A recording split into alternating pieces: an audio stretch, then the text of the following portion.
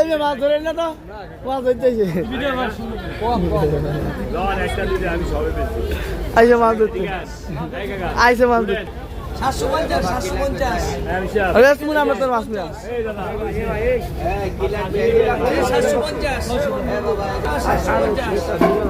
মাছ তো দেখতে মাছ দেখি আপনার কাছে মাছ নিয়ে দেবো ওই মাছ তুই অনলাইনে ডেলিভারি পার্সেল হয়